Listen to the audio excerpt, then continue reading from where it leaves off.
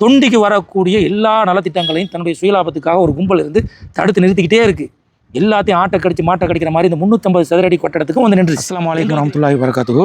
அன்புக்குரிய தொண்டி சொந்தங்களே, கடந்த ஒரு வாரமாக தொண்டி பாவோடி மைதானத்தில் உள்ள ஆதார் மைய கட்டிட சம்பந்தமான ஒரு பிரச்சனை வந்து போய்கிட்டு இருக்குது. நீங்கள் எல்லாருமே தெரிஞ்சு வச்சுருப்பீங்க. தொண்டி இளைஞர் பொதுமக்கள் சார்பாக வரக்கூடிய சனிக்கிழமை 29ஆம் தேதி மிகப்பெரிய ஒரு போராட்டம் நடத்த போகிறோம். அதையும் நீங்கள் அறிஞ்சிருப்பீங்க. அந்த இடத்துல தான் ஆதார் மையம் கட்டணும் அப்படிங்கிற ஒரு போராட்டம். இந்த வீடியோ வந்து எதுக்கு அப்படின்னு பார்த்தீங்கன்னா, இந்த போராட்டம் ஏன் நடத்தணும், எதுக்கு இந்த இளைஞர்கள்லாம் கொதித்து எழுந்து வந்து இந்த போராட்டத்தை அறிவிச்சிருக்கிறாங்க அப்படிங்கிற ஒரு விளக்க வீடியோ தான்.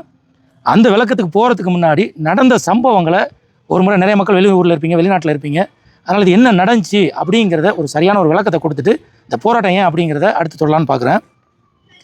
கடந்த வருஷம் தொண்டி பேரூராட்சி மன்ற நிர்வாகத்தால் தொண்டி பாவோடி மைதானத்தில் இயங்கக்கூடிய அந்த ஆதார் மைய கட்டடத்தை வந்து இடிச்சிட்டு புதுசாக பாத்ரூம் வசதியோடு கட்டணும் அப்படின்னு சொல்லிட்டு ஒரு தீர்மானம் நிறைவேற்றுறாங்க. என்ன காரணம் அப்படின்னு பார்த்தீங்கன்னா, கிட்டத்தட்ட சுற்று வட்டாரத்துலேருந்து 150 கிராமங்கள்லேருந்து தொண்டிக்கு வர்றாங்க. அவங்களுக்கு போதுமான வசதி இல்லை, குறிப்பாக பாத்ரூம் வசதியில் அதிகமான பெண்கள் வர்றாங்க. ஆண்கள் வந்து இயற்கை தேவை நிறைவேற்றத்துக்கு எங்கேயாச்சும் போயிடுவாங்க. ஆனால் பெண்களுக்கு வந்து சிரமமாக இருக்குது. அதனால் அதுவும் பழைய கட்டடமாக இருக்குது. அதனால் இதை இடிச்சிட்டு புதுசாக கட்டணும்னு சொல்லிட்டு 15 கவுன்சிலர்களும் ஒரு மனதை தீர்மானம் நிறைவேற்றி அந்த தீர்மானத்தை அரசாங்கத்துக்கு தமிழ்நாடு கவர்மெண்ட்டுக்கு அனுப்புகிறாங்க. தமிழ்நாடு அரசால் அதுக்கு வந்து அந்த கட்டடத்தை கட்டுறதுக்கு நிதி ஒதுக்குறாங்க. அது வந்து ஒரு 2 மாதத்துக்கு முன்னாடி அந்த நிதி வந்து தொண்டி பேரூராட்சிக்கு வருது. இதை வந்து எல்லா கவுன்சிலருக்கு முன்னிலும் இந்த செய்திகள்லாம் தெரியுது.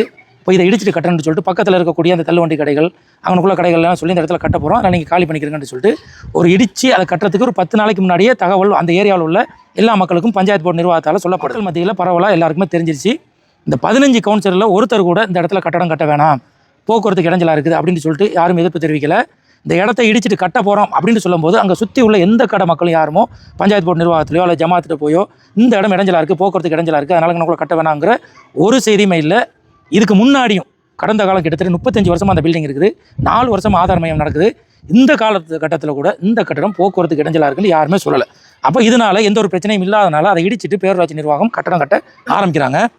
அப்போ ஆரம்பிக்க போகும்போது பில்டிங் இடிச்சிட்டாங்க, வானப்பரி தோண்டி காங்கிரீட் போட்டு பில்லர் கம்பியை நிப்பாட்ட போகிற நேரத்தில் சில ரவுடிகள் வந்து அதை நிப்பாட்டுறாங்க. நான் எதுக்கு ரவுடின்னு திருப்பி சொல்கிறேன் அப்படின்னு சொன்னால் அது காரணம் இருக்குது. என்ன காரணம் அப்படின்னு பார்த்தீங்கன்னா, ஒரு வேலை நடக்குது, அதை நிப்பாட்டணும்னு சொன்னால் முறைப்படி அவங்க காவல்துறையோ அல்லது பஞ்சாயத்து நிர்வாகத்திட்ட சொல்லி நிப்பாட்டணும். வேலை செய்யக்கூடிய இடத்துல வலுக்கட்டாயமாக தொண்டி இல்லைருந்து இல்லாமல் வெளியூர்லேருந்து ஆட்களை இறக்கி அந்த இடத்துல கலசரை பண்ணி நிப்பாட்டுறாங்க. யார் நிப்பாட்டுறது அப்படின்னு பார்த்தீங்கன்னா, இன்றைக்கி ஆளக்கூடிய திமுக அரசை கடுமையாக 10 வருஷம் கடுமையான விமர்சனம். அதனுடைய தலைவர்களை பார்த்திங்கன்னா தகாத வார்த்தைகளில் உரிமைகளில் பெரியார்லேருந்து அண்ணாவிலேருந்து கலைஞர்லேருந்து இப்போ இருக்கக்கூடிய ஸ்டாலின் உதயநிதி வரைக்கும் தகாத வார்த்தையில் உரிமையில் விமர்சிக்கக்கூடிய கட்சி. அது மட்டும் இல்லாமல் சிறுபான்மையின மக்கள் அவங்களுக்கு ஓட்டு போடலைன்னு சொல்லிட்டு கிறிஸ்தவர்கள் முஸ்லீம்கள்லாம் என் கட்சிக்கு நீங்கள் ஓட்டு போடலை, நீங்கள்லாம் சாத்தானின் பிள்ளைகளாக மாறிட்டீங்க அப்படின்னு சொல்லக்கூடிய கட்சி. அது மட்டும் இல்லாமல் முஸ்லீம்கள் கிறிஸ்தவர்கள்லாம் இஸ்லாம் வந்து அரேபியமாக இருக்கும், கிறிஸ்தவம் வந்து ஐரோப்பியமாக இருக்கும், அதனால் அதை விட்டுட்டு நீங்கள் நான் சொல்லக்கூடிய தமிழம் அப்படிங்கிற மதத்துக்கு வாங்கன்னு சொல்லிட்டு பச்சையாக பகிரங்கமாக இன்றைக்கு வரைக்கும் அந்த கொள்கையில் தெளிவாக இருக்கக்கூடிய ஒரு கட்சி, மக்கள் மத்தியில் அம்பலப்பட்டு போன கட்சி, தனித்து விடப்பட்ட கட்சி. இவங்க வந்து திமுக ஆட்சிக்கு நல்ல பேர் வந்துடக்கூடாது அப்படின்னு சொல்லிட்டு இவங்களை செட் பண்ணி வெளியூர்லேருந்து ஆட்களை இறக்கி, இந்த கட்சி ஆட்களை இறக்கி அதை தடுத்து நிப்பாட்டுறாங்க. ஒரு தொண்டி பொதுமக்களுக்கு கேட்கக்கூடிய ஒரு விஷயம் என்ன அப்படின்னு பார்த்தீங்கன்னா, இப்போ ஊரில் எத்தனையோ பிரச்சனை வருதுங்க, நம்ம ஊர் மக்கள் சேர்ந்து தானே முடிவெடுத்தோம். எங்கேருந்து வெளியூர்லேருந்து ஆளை கொண்டு வரக்கூடிய கலாச்சாரம் யார் கொண்டு வந்தது? இப்போ இதை கேட்கணுமா? தொண்டியில் உள்ள நீதி நேர்மை உள்ளத்தில் ஒரு தொண்டி மீது அக்கறை உள்ள எல்லா மக்களும் இதை வந்து எதிர்த்து கேட்கணுமா இல்லையா? நீ அப்போ ஊர் பிரச்சனைக்கா வெளியூர்லேருந்து ஆட்களை கூப்பிட்டு வரா அப்படின்னு இந்த கேட்கக்கூடிய கேள்வி இருக்குது. இது ஒரு கெட்ட ஒரு கலாச்சாரத்தை, ஒரு கெட்ட முன்னுதாரணத்தை இவங்க ஊருக்கு கொண்டு வந்திருக்கிறாங்க. இதை நம்ம ஆரம்பத்திலேயே தடுத்து நிறுத்தலைன்னு சொன்னால் இவங்க தொடர்ச்சியாக நாளைக்கு இன்னும் 2 பேர் கிளம்புவான், அவன் வந்து வெளியூர்லேருந்து ஆட்களை கூட்டு வந்து என்ன வேலை செஞ்சாலும் நிப்பாட்டுவான். அப்போ ஆரம்பத்திலேயே இதை கிள்ளி எறியணும் அப்படிங்கிறதுக்காண்டி தான் இந்த போராட்டத்தை நம்ம ஆரம்பிச்சிருக்கோம். பல காரணங்கள் இருக்குது, இது ஒரு முக்கியமான காரணம். இந்த கொண்டு வந்த அந்த கட்சிக்காரங்க வெளியூர்லேருந்து ஏன் பண்ணி ஆளை கொண்டு வந்தோம் அப்படின்னு கேட்கும்போது நாங்கள் கட்சி ரீதியாக கொண்டு வந்தோம் அப்படின்னு சொல்கிறாங்க. கட்சி ரீதியாக கொண்டு வந்தால் என்ன செய்யணும்? ஜனநாயக அடிப்படையில் சம்மந்தப்பட்ட அதிகாரிகள்கிட்ட போய் தான் நிப்பாட்டணும். அடாவடி பண்ணி இங்கே வந்து நிப்பாட்டாங்கன்னு சொன்னால் முழுக்க ரவுடிகளை இறக்கி தான் அந்த வேலை பார்த்துருக்குறாங்க. இவங்களுடைய கொட்டத்தை உடக்கணும்னு சொன்னால் நம்ம தொண்டி மக்கள் அனைவரும் ஒன்று சேர்ந்து ஒரு போராட்டம் நடத்தணும். அடுத்து பார்த்திங்கன்னா, இங்கே நடக்கக்கூடிய சம்பவம் வந்து குறிப்பிட்ட ஒரு கட்சி, திமுகவை கடுமையாக விமர்சிக்கக்கூடிய கட்சி, அவங்களோடு கைகோர்த்த பண முதலைகள் அவங்களுக்கு கொடுக்க வேண்டிய சில விஷயங்களை கொடுத்து அவங்கள வந்து இன்னும் சொல்ல போனால் அவர் வெளியூருக்காரன், சம்மந்தப்பட்டவர் வெளியூருக்காரன் நமக்கு தெரியாது. அந்த தடுத்து நிறுத்தும் போது அங்கே இருக்கக்கூடிய அந்த தொண்டி இளைஞர்களுக்கு தெரியாது. அப்போ நம்ம கேட்குறோம், எந்த ஊர் நீங்கள் பார்த்ததே இல்லைன்னு சொல்லும்போது இந்த ஊர் தான் அப்படின்னு சொல்லிட்டு அவன் போய் சொல்கிறான். அந்த சம்மந்தப்பட்ட ரவுடி வந்து இந்த ஊர் தான் போய் சொல்கிறான். கூட்டிகிட்டு வந்தவங்களும் அவன் இந்த ஊர் தான் சொல்கிறாங்க. ஆனால் அந்த நேரத்தில் தெரிஞ்சிருந்துச்சுன்னு சொன்னால், அவன் வெளியூர்னு தெரிஞ்சிருந்துன்னு சொன்னால் அவங்க கூட்டிகிட்டு வந்த ஆளுக்கு டீ வடையெல்லாம் வாங்கி கொடுத்து அனுப்புனாங்க. உண்மையிலேயே அவன் வெளியூர்காரன் தெரிஞ்சிருந்தால் அந்த இளைஞர்கள் வந்து நல்ல சாப்பாடும் கொடுத்து அனுப்பியிருப்பாங்க. அவன் வந்து பயந்து சொல்லலை, நான் சாப்பாடு நெசமாக சாப்பாடு சொல்கிற தப்பான அர்த்தத்தில் இல்லை. அப்போ இந்த விஷயத்தையும் நம்ம விளங்கிக்கிறணும். அடுத்து திமுகவுக்கு கெட்ட பேரை உண்டாக்கக்கூடிய செயலை செய்கிறாங்க. இதுக்கு தொண்டியோடைய இந்த பகுதியில் உள்ள ஒன்றியமும் வந்து இதுக்கு வந்து துணை போகிறாங்க. நல்லா பாருங்கள், இந்த இடத்துல பாவாடி மைதானத்தில் ஒரு ஆதார் மையம் எல்லா மக்களும் பயன்படக்கூடிய வகையில் ஒரு மையம் வந்துச்சுன்னு சொன்னால் அது திமுக கட்சிக்கு நல்ல பேர். அப்போ திமுக கட்சிக்கு நல்ல பேர் வந்துடக்கூடாது. இப்போ இருக்கக்கூடிய சேர்மன் திமுக சேர்மன் தான் தொண்டியில் இருக்கிறாங்க, அவங்களுக்கு நல்ல பேர் வந்துடக்கூடாது அப்படின்னு சொல்லிட்டு திமுகவை எதிர்க்கக்கூடிய ஒரு கட்சி செயல்படுது. அவங்களோட திமுக ஒன்றியம் கை கோர்த்து இங்கே என்ன நடக்குதுன்னு தெரியாமல் ஒரு தவறான தகவலை வந்து மாவட்ட நிர்வாகத்துக்கு மற்ற நிர்வாகத்துக்கு சொல்லி இந்த வேலையை கடப்பில் போட்டு வச்சிருக்காங்க.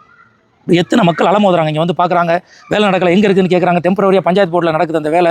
எவ்வளோ சிரமத்துக்கு மக்கள் படுறாங்க. அந்த சிரமம்லாம் இல்லாமல் இருக்கிறதுக்காண்டி கொண்டு வந்த ஒரு திட்டத்தை திமுக ஒன்றிய நிர்வாகம் தனிப்பட்ட மனிதனுடைய குரோதத்தால் தனிப்பட்ட சுயலாபத்திற்கு இங்கே இருக்கக்கூடிய பண முதலைகளோடு சேர்ந்து சரியான கருத்தை மக்கள் மத்தியில் கொண்டு போய், அதாவது ஆளக்கூடிய அந்த நிர்வாகத்தில் கொண்டு போய் சேர்க்காத விளைவு இன்றைக்கி திமுகவுக்கு எதிராக தொண்டில் உள்ள இளைஞர்கள், தொண்டி சுற்றியுள்ள கிராம மக்கள் எல்லாம் குவித்து எழுந்திருக்கிறாங்க. 29ஆம் தேதி நம்ம போராட்டம் நடத்த போகிறோம். இதையும் நம்ம வந்து கவனிக்க வேண்டிய விஷயம். அப்போது நாங்கள் இளைஞர்கள்லாம் சேர்ந்து திமுகவுடைய மாவட்ட பொறுப்பாளர் வர்றாரு, தேர்தல் பொறுப்பாளர், நாங்கள் போய் சொல்கிறோம். அப்போ ஒன்றியம் இருக்கிறாரு, கவுன்சிலர்கள் இருக்கிறாங்க, திமுக கவுன்சிலர் இருக்கிறாங்க. இந்த மாதிரி நம்ம நடந்துச்சுங்க. நீங்கள் நேரில் வந்து அந்த இடத்த பாருங்கள், பார்த்துட்டு நீங்கள் முடிவு சொல்லுங்கள். உங்கள் மேலிடத்துக்கு நான் அந்த செய்தியை கொண்டு போய் சேருங்க, நீங்கள் சம்மந்தப்பட்ட இடத்துக்கு வந்து பாருங்கள் அப்படின்னு சொல்லிட்டு நாங்கள் நேரடியாக போகிறோம்.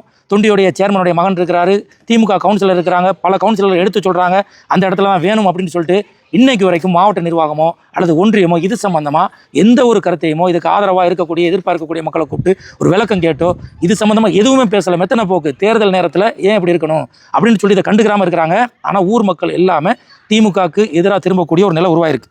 அதே மாதிரி பார்த்தீங்கன்னா இந்த இடத்துல இருக்கணும் அப்படிங்கிறதுக்கு நம்ம ஏன் இவ்வளோ மெனக்கட்டுறோம் அப்படின்னு பார்த்தீங்கன்னா இந்த இடம் எல்லா மக்களுக்கும் வசதியாக இருக்குங்க. தொண்டியில் உள்ள குறிப்பாக பெண்கள் வந்து ரோட்டை கடந்து போக தேவையில்லை. இன்றைக்கி நம்ம பார்க்குறோம் நம்ம பகுதியில் உள்ள பெண்கள் பெரும்பாலும் தனியாக ஒரு தனிச்சுவரி வெளியூருக்கு போகக்கூடிய ஒரு பழக்கத்தில் தான் இருக்கிறாங்க. தன்னால் போக மாட்டாங்க, கூட ஒரு துணை கூட்டு போவாங்க, ஒரு ஆளை கூட்டு போவாங்க. எல்லா சமூக மக்களும் அந்த மாதிரி தான் இருக்கிறோம். அப்போது இந்த மாதிரி நேரத்தில் இந்த பாவாடி மைதானம் வந்து ரொம்பவே எல்லா மக்களுக்கும் குறிப்பாக பெண்களுக்கு வந்து ரொம்பவே யூஸ்ஃபுல்லாக இருக்குது. இதை தடுத்து நிறுத்தவாகக்கூடிய வகையில் தொண்டிக்கு வெளியில் போய் கொண்டு போங்க, அந்த பக்கம் பழைய போலீஸ் ஸ்டேஷன் பக்கம் கொண்டு போங்க, இல்லாட்டி ஹைஸ்கூல் பக்கம் கொண்டு போங்கன்னு சொல்லும்போது ஏன் இருக்கிற இடத்த விட்டுட்டு போகணும்? 15 கவுன்சிலர்கள் நிறைவேற்ற தீர்மானத்தை எதுக்கு ஒரு 4 பேர் தடுக்கிறாங்க அப்படிங்கிறதுக்காண்டி கொண்டு போகணும் அப்படிங்கிறத நம்ம கருத்தில் கொண்டு தான் இந்த போராட்டத்தை அறிவிச்சிருக்கிறோம். இந்த கட்டணம் இவனுக்குள்ளே வரக்கூடாது அப்படின்னு சொல்லிட்டு ஒரு சில பேர் கருத்து சொல்கிறாங்க, கடுமையாக எதுக்குறாங்க. பின்புலத்தில் இருந்து இந்த மாதிரி திமுகக்கு எதிரான கட்சியை ஏவி விட்டு வேலை பார்க்குறாங்கல்ல, இவங்க வந்து நியாயமான எந்த காரணமும் அவங்களால சொல்ல முடியல. அதுக்கு அவங்க கையில் எடுத்துருக்கக்கூடிய ஆயுதம் என்னென்னு கேட்டால் போக்குவரத்துக்கு இடைஞ்சலாக இருக்குது, ஆக்சிடென்ட் ஆகுது, இந்த பில்டிங்னால தான் மிகப்பெரிய ஆக்சிடென்ட், ஒரு நாளைக்கு 2-3 ஆக்சிடென்ட் நடக்குதுங்கிற மாதிரி ஒரு கதையை கொண்டு போகிறாங்க. இப்படி உள்ளவங்க என்ன செய்கிறாங்க அப்படின்னு பார்த்தீங்கன்னா இவங்க தான் போக்குவரத்துக்கு இடைஞ்சலாக பல்வேறு இடங்களில் குளத்தை ஆக்கிரமிச்சிருக்கிறாங்க, ஆற்று ஆக்கிரமிச்சிருக்கிறாங்க, இன்னும் கடைகளை வந்து ரோட்டில் போட்டு மக்கள் நடமாட முடியாத மாதிரி செஞ்சு வச்சுக்கிறவங்க தான் போக்குவரத்துக்கு நெரிசலாக இருக்குது அப்படிங்கிற ஒரு பொய்யான காரணத்தை மக்கள் மத்தியில் பரப்பும்போது சரி இந்த இடத்துல போக்குவரத்துக்கு நெரிசலாக இருக்குதோ அப்படின்னு நினைக்கிறாங்க. உண்மையிலே தொண்டில் போக்குவரத்து நெரிசல் பார்த்தீங்கன்னா 5:30 மணிக்கு மேலே தான் அந்த பாவாடி மைதானத்தில் போக்குவரத்து நெரிசல் ஏற்படும்.